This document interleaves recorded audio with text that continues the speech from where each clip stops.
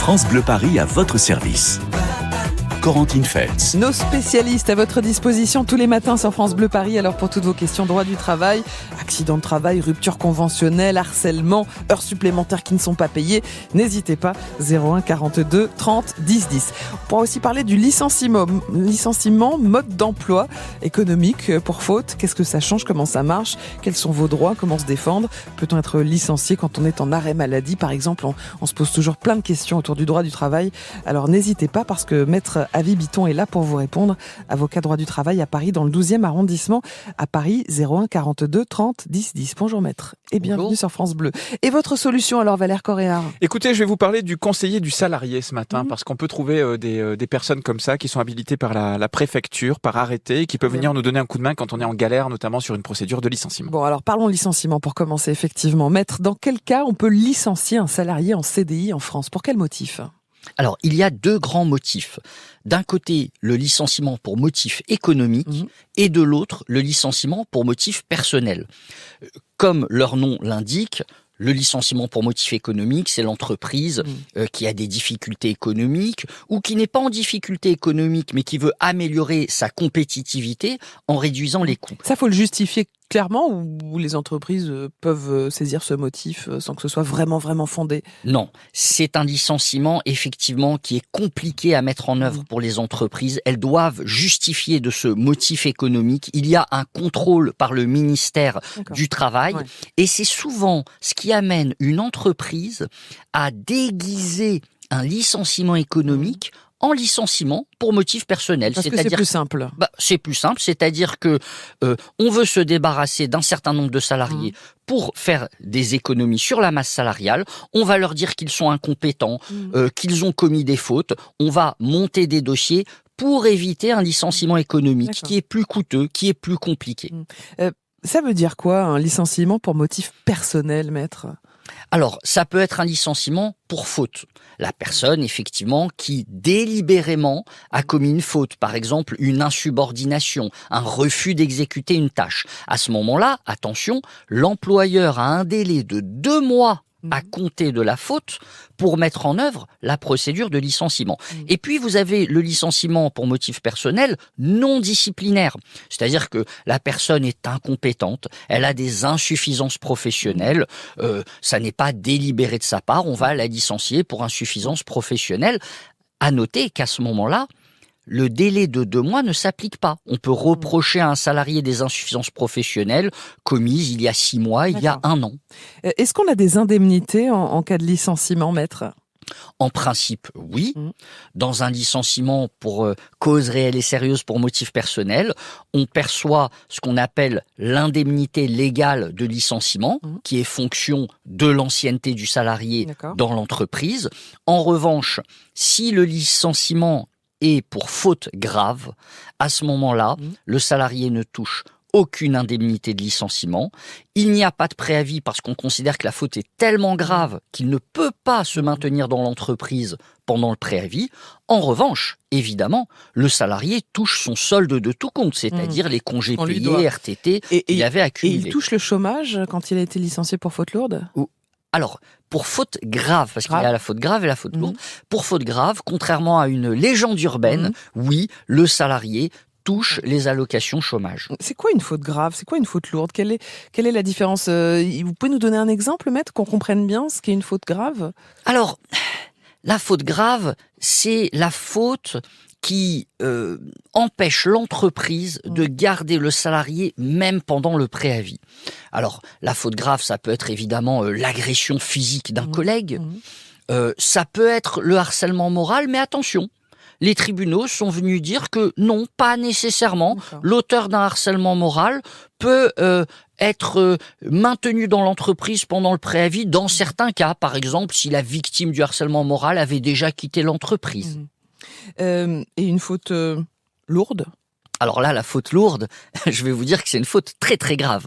C'est une faute hyper intentionnelle. C'est au-dessus de la faute grave. Oui. C'est vraiment la faute qui vise à nuire à l'entreprise. C'est mettre le feu à l'entrepôt, saboter, pirater le système informatique de l'entreprise. Alors dans les cas concrets que j'ai eus, par exemple, vous avez l'aide comptable qui a détourné 2 millions d'euros de la PME, par exemple. Est-ce que c'est vraiment difficile de licencier un salarié en France, comme on le croit souvent ? Alors, en théorie, oui. En théorie, effectivement, il faut un motif. Il n'existe pas, comme dans d'autres pays, le licenciement sans motif. Il faut un motif pour licencier un salarié. Après, très honnêtement, le Code du travail et la jurisprudence offrent une multitude de motifs. Mais surtout, en réalité, ce qui a beaucoup changé la donne, c'est le fameux barème Macron. Le fameux barème qui vient limiter les dommages et intérêts qu'un salarié peut obtenir au prud'homme. C'est-à-dire qu'à partir du moment où les entreprises ont une prévisibilité, savent que le licenciement de tel salarié ne va pas coûter plus que le barème, eh bien elles font malheureusement un calcul assez cynique et elles le licencient en montant un faux dossier. Bon, donc les indemnités plafonnées par Emmanuel Macron, c'était peut-être pas la meilleure idée pour la protection du droit social, mais il avait certainement d'autres arguments. On voit souvent les films américains où les salariés arrivent le matin, on les vire, ils repartent le soir même avec leur carton. On n'en est quand même pas là en France, loin de là. Alors, pardonnez-moi, mais si ça existe et on le voit tous les jours, très concrètement. Si on décide de licencier le salarié pour faute grave, à ce moment-là, au moment où on le convoque à l'entretien préalable, on va lui notifier une mise à pied conservatoire. C'est-à-dire qu'on va lui dire, monsieur, vous quittez dans l'heure les locaux, vous prenez vos affaires, c'est terminé, c'est fini.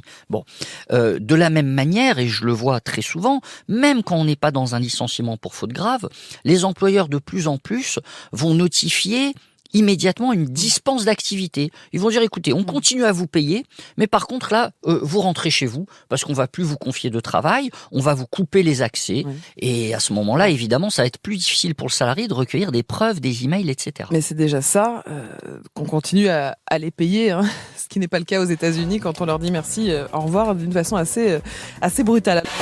On parle droit du travail. Ce matin, profitez-en, un avocat est à votre disposition jusqu'à 10h, gratuitement évidemment, au 01 42 30 10 10. Maître Avi Biton est avocat droit du travail dans le 12e arrondissement à Paris. On parle licenciement, maître. Est-ce qu'on peut être licencié quand on est en arrêt maladie ? Alors oui, contrairement à une légende urbaine, on peut être licencié pendant qu'on est en arrêt maladie. D'abord, on peut être licencié pour des fautes ou des insuffisances professionnelles qui datent d'avant l'arrêt maladie. Si l'employeur agit dans les délais et que vous êtes en arrêt maladie, mais qui peut encore vous reprocher ses fautes, eh bien, il peut vous licencier. C'est quand même terrible qu'on soit pas protégé. On a un cancer, on est en plus licencié, c'est quand même la double peine. Alors attention, évidemment, il y a ensuite un principe de non-discrimination. On ne peut pas être discriminé en raison de son état de santé.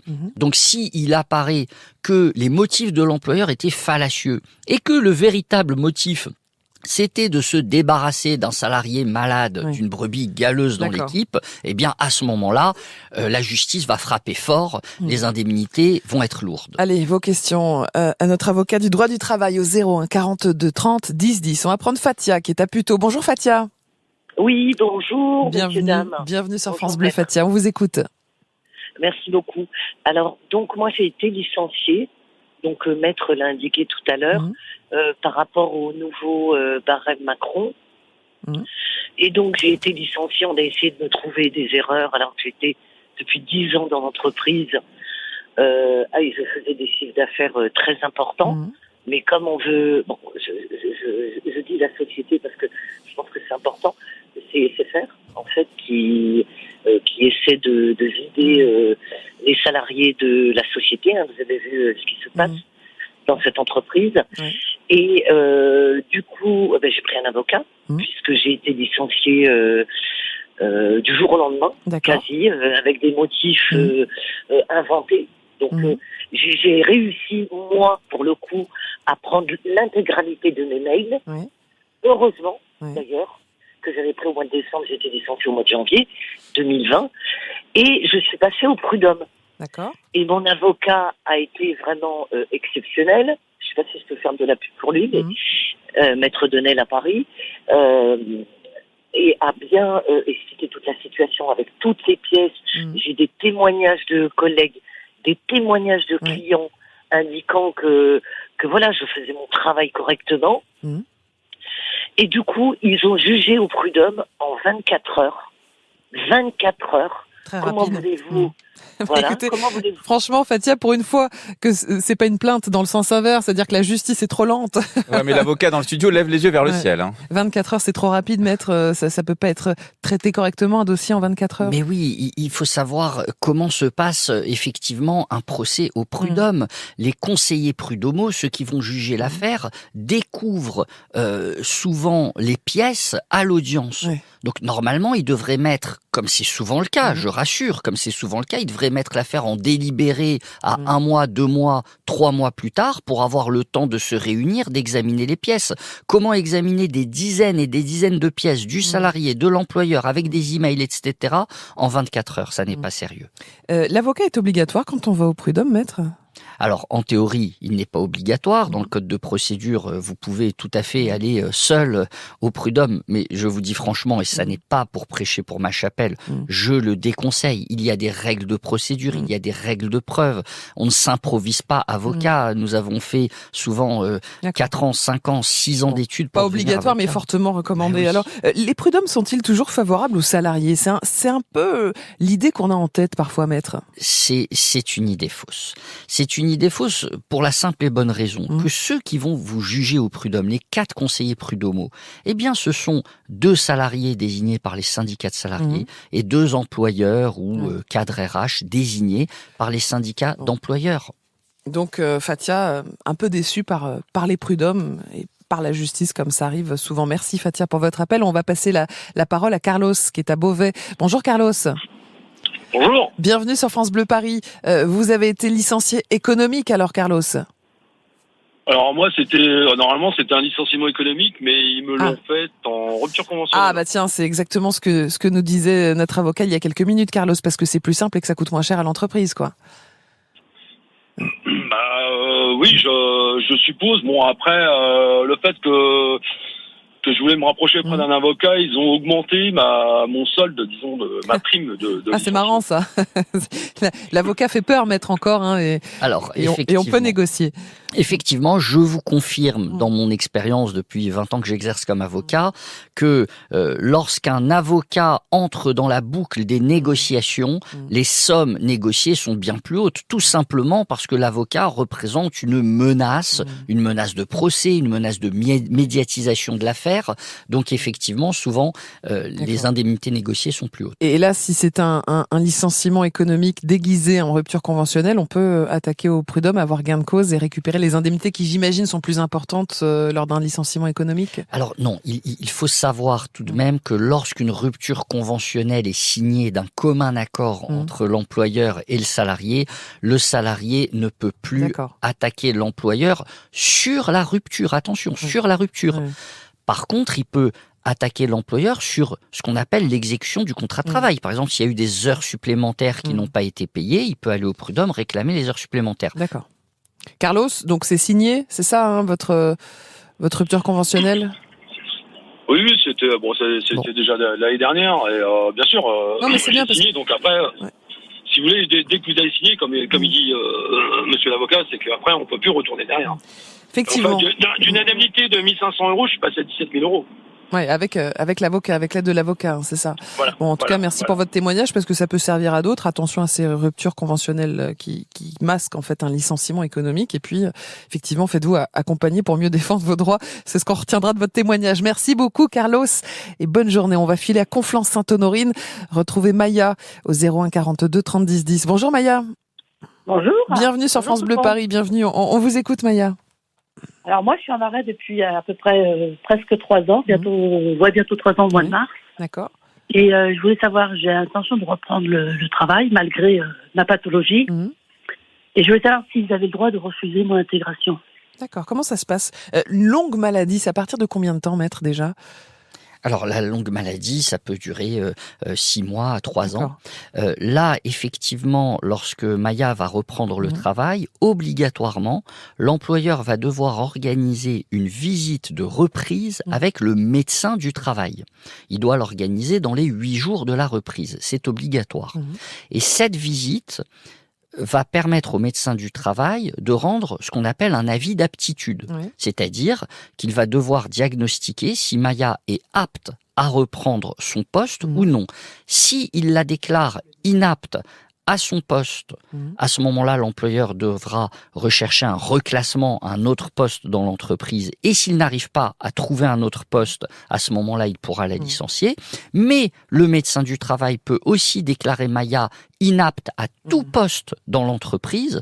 Et à ce moment-là, l'employeur pourra la licencier pour inaptitude. Bon. Est-ce que c'est clair pour vous, Maya ? J'ai une autre question dans ce cas-là.